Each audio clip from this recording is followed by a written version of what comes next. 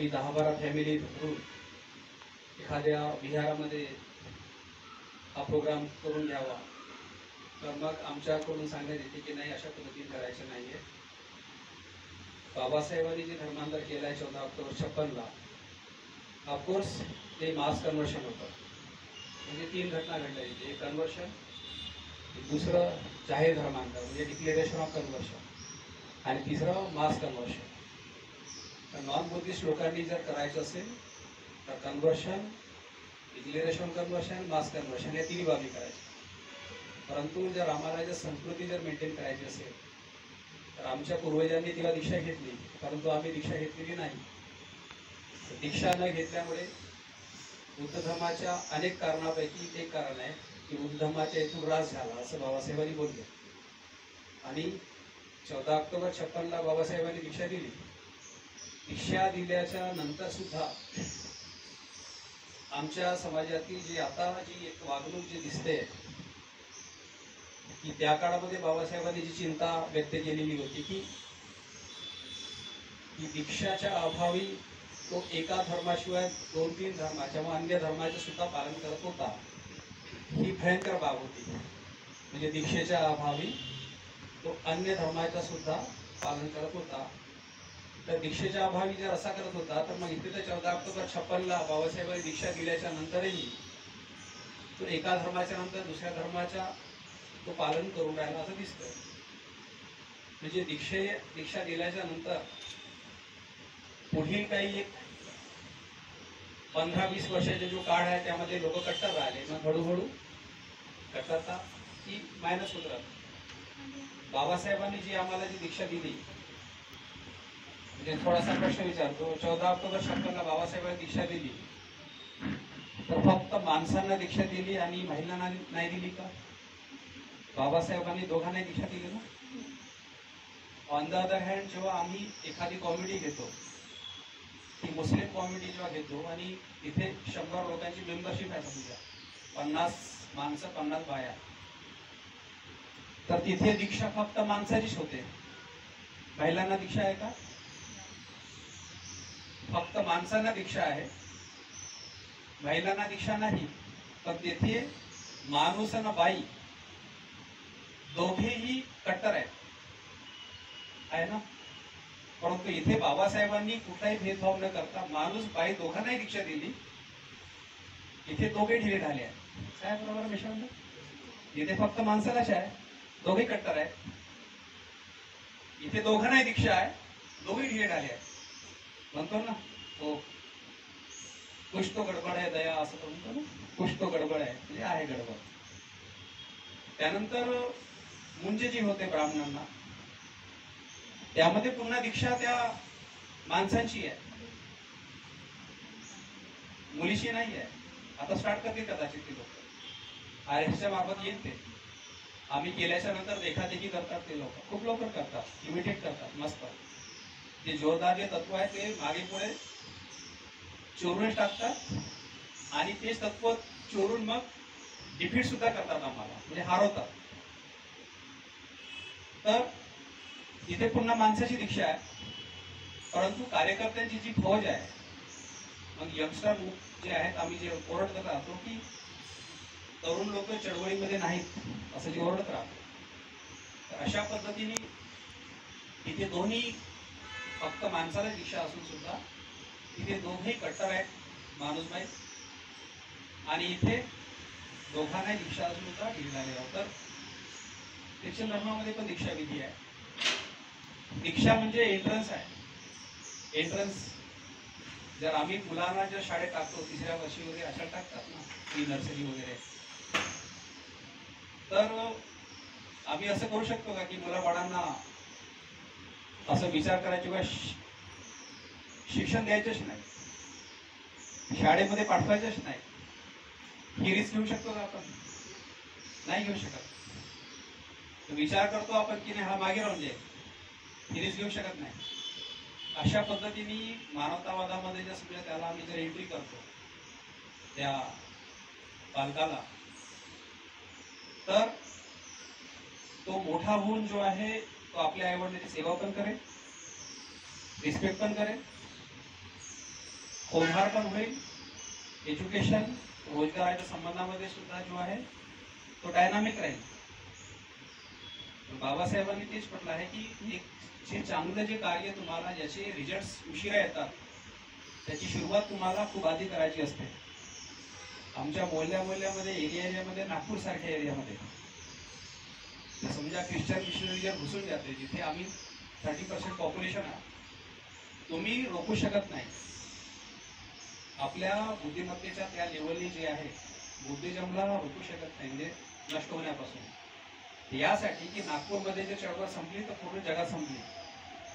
आणि नागपूरमध्ये 30% प्रत्येक घरावर अशोक चक्र दिसतील, झेंडे दिसतील, दंडे दिसतील, व्हाईट कपड्यावर ते लोक दिसतील. आणि फिरत असताना जेवढे मौलाना जेव्हा ख्रिश्चन नन आणि फादर जे आहेत ते दिसतात तेवढे टिपू दिसतात. आणि ॲटो गाड्यावर सुद्धा ते चिन्ह प्रतीक दिसतात पंचशीलचे वगैरे. तर 30% पॉप्युलेशन असताना समजे जर आमच्या बोलण्यामध्ये जर ख्रिश्चन जर घुसून गेले तर मी इंटेलेक्च्युअल लोकांना विचारतो, बुद्धिवादी त्या लोकांना विचारतो की काय उपाय आहे, तर त्यांच्याकडे उपाय नाही आहे. तर एक सिंपल एक काम करा, त्या बालकाला जे आहे तुम्ही रिक्षा देऊन द्या आणि त्याच्यानंतर मग तुम्हाला बघा एक 15 वर्षानंतर याचे जे रिझल्ट आहेत तुम्हाला एकदम जबरदस्त पाहायला मिळतील. अदरवाईज मुलाबाळांच्या होनहाराच्या बाबत या त्यांच्या बिघडण्याच्या बाबत वाईट मार्गाला जाण्याच्या बाबतीमध्ये रिव्हर्स गिअर तर समाजाला लागलेला आहे खूप मोठा. ही चिंतेची गोष्ट आहे. तिथे पण खूप काही जास्त आपण काही तीर मारू शकून राहिलो. तर दीक्षाविधीचे महत्व म्हणजे असं की जे बाबासाहेबांनी एक्सप्रेस सांगितले की मनूमुळे ही भारतामधल्या ज्या 6,500 जातीच्या तयार झालेल्या आहेत, मनूमध्ये इतकी काही ताकदच नव्हती की तो 6,500 जाती निर्माण करायचा. तर मनूनी काय केलं, मनूनी सिंपल केलं. मनूमुळे 6,500 जाती तयार झाल्या. परंतु बाबासाहेबांचे म्हणणं आहे की मनूमध्ये ती ताकदच नव्हती की तो इतक्या जाती निर्माण करेल. तर मनूनी जाती निर्माणच्या संबंधामध्ये त्याच्या हातून काय घडलं, तर त्यांनी हे केलं की एन्शियंट टाइम मध्ये जे उपनयन व्हायचं म्हणजे डिक्लेरेशन जे व्हायचं, तर ब्राह्मण क्षत्रिय वैश्य फक्त 3 वर्ण असताना यांचे जे एज्युकेशन व्हायचे, तर एज्युकेशन झाल्याच्या नंतर ज्या गुरुकुलमध्ये आणि आश्रमामध्ये हे शिकायचे रेसिडेन्शियल स्कूल, त्यांनी संपूर्ण शिक्षण घेतल्याच्या नंतर मग सप्त ऋषी जे आहेत ते यांच्या वर्ण डिसाईड करायचे. म्हणजे जन्माच्या आधारावरून वर्ण डिसाईड होत नव्हता. तर त्यांना संपूर्ण प्रकारची अध्यापनाची जी ट्रेनिंग जे ब्राह्मणांना असते, धार्मिक शिक्षण वगैरे ते सगळं त्याला त्यांनी दिली. क्षत्रियांना जे काही आहे तीर कमान आणि सैन्यामध्ये काय कसं राजकारभार कसं करायचं ते संपूर्ण एज्युकेशन त्याला दिलं. व्यापाराच्या संबंधामध्ये गाय बैल बकऱ्या पालन, शेती करणे, हे जागृती करणे, जे काही बेस अँड मेजर्स आहे सगळे हे संपूर्ण ट्रेनिंग त्यांना दिल्याच्या नंतर त्याचा इंटरेस्ट कशामध्ये आहे त्यावरून मग त्याच्या वर्ण डिसाईड व्हायच्या की एक ब्राह्मण एक क्षत्रिय वैश्य. कोण डिसाईड करायचा, ते टीचर लोक. तर बाबासाहेब ही जी स्टोरी समोर आली त्यामध्ये सांगतात हे की म्हणून हे केलं की पारंपरिक पद्धतीने जे अशा पद्धतीचे एज्युकेशन घेतल्याच्या नंतर मग त्यांच्या जो वर्ण डिसाईड व्हायच्या, तर त्यांनी हे केलं की उपनयनला जाण्याच्या आधी उपनयन नाही, गुरुकुलला ऍडमिशनच्या आधी, शाळेमध्ये एंट्री करण्याच्या आधीच त्या ब्राह्मणांच्याच घरी ती विधी व्हायला लागली. आणि जन्मजात वडिलाचा धर्म मुलाला देण्याची पद्धत ही इथून मनूने स्टार्ट केली. मनूने ही अरेंजमेंट केली. वरना मनूच्या आधीची पद्धत होती, ती पद्धत अशी होती की तो शाळेत जाईल, पूर्ण एज्युकेशन घेतल्यानंतर त्याची एबिलिटी सगळं पाहिल्यानंतर मग त्याच्यावर डिसाईड करणे, ही पद्धत त्यांनी मोडली. आणि तो शाळेत जाण्याच्या आधीच वडीलच त्याला दिशा देऊन देईल. ही पद्धत आल्यामुळे आज तुमच्या समोर 6,500 जातीचा डोंगर जो आहे, फक्त वडिलांनी त्या बालकाला दिशा दिल्यामुळे 6,500 जातीचे जो डोंगर जो तयार करून ठेवलेला त्या लोकांनी, आणि आपण त्यांना डील करायच्या वेळेस डील करू शकून नाही राहिले. तर म्हणून हा एवढा कारभार केला. आणि आता त्याची जी दीक्षा होते लग्नापेक्षा जास्त खर्च त्यांच्या मुंजमध्ये किंवा उपनयन किंवा जन्मधारांच्या विधीमध्ये होते. तर त्या काळात त्याने ते केलं. परंतु आजही त्या ब्राह्मणाची मुंज होणं बंद झाली का? ती होऊनच राहील. आणि तुमची नाही, आउटपुट तेच निघणार.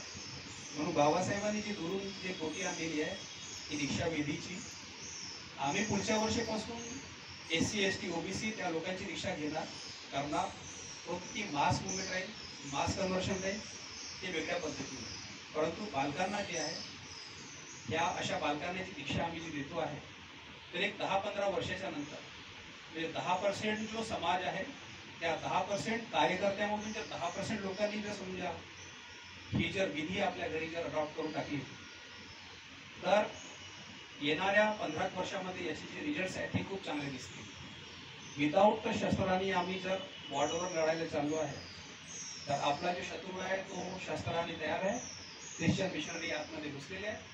जर आम्ही आधीपासूनच जर प्रत्येक बालकांना जर आम्ही त्या ज्या दीक्षा दिल्या असत्या व्यक्तिगत घरगुती ह्या ज्या दीक्षा जी करू राहिलो आम्ही, तर आमच्या मोहल्ल्यामध्ये ख्रिश्चन लोक न घुसता आम्ही त्यांच्या एरियामध्ये घुसलो असतो. इतका कट्टर समाज आम्ही बनवून टाकला असता. तर सोल्युशन उपाय जे आहे एकदम सोपी होते. परंतु हे सोल्युशन उपाय जे आम्ही केलेले नाही. तर त्यामुळे इतका सोन्यासारखा जो बुद्धधर्म जो आहे काही ज्या रिच्युअल्स ज्या विधी आहेत त्या आवश्यक असतात.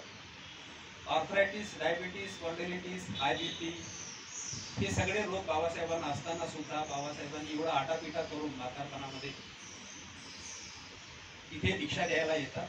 तर याचे जे काही महत्त्व आहे तर ते बाबासाहेबांना माहीत होतं. म्हणजे तुमच्या एरिया मोहल्ल्यामध्ये जर समजा एखादा आमदार किंवा खासदार जर निवडून आला आणि तो निवडून आल्याच्या नंतर जर समजा त्यांनी म्हटलं की मी पार्लमेंटमध्ये किंवा असेंब्लीमध्ये बसायच्या आधी मला शपथ घ्यायची नाही आहे, या एखादा इन्स्पेक्टर असो या चीफ जस्टिस ऑफ इंडिया असो या कुठलाही, त्याने जर म्हटलं की मी शपथ विधी घेणार नाही, करणार नाही, त्याला आमदार हे खासदार मानतात का? मानणार का?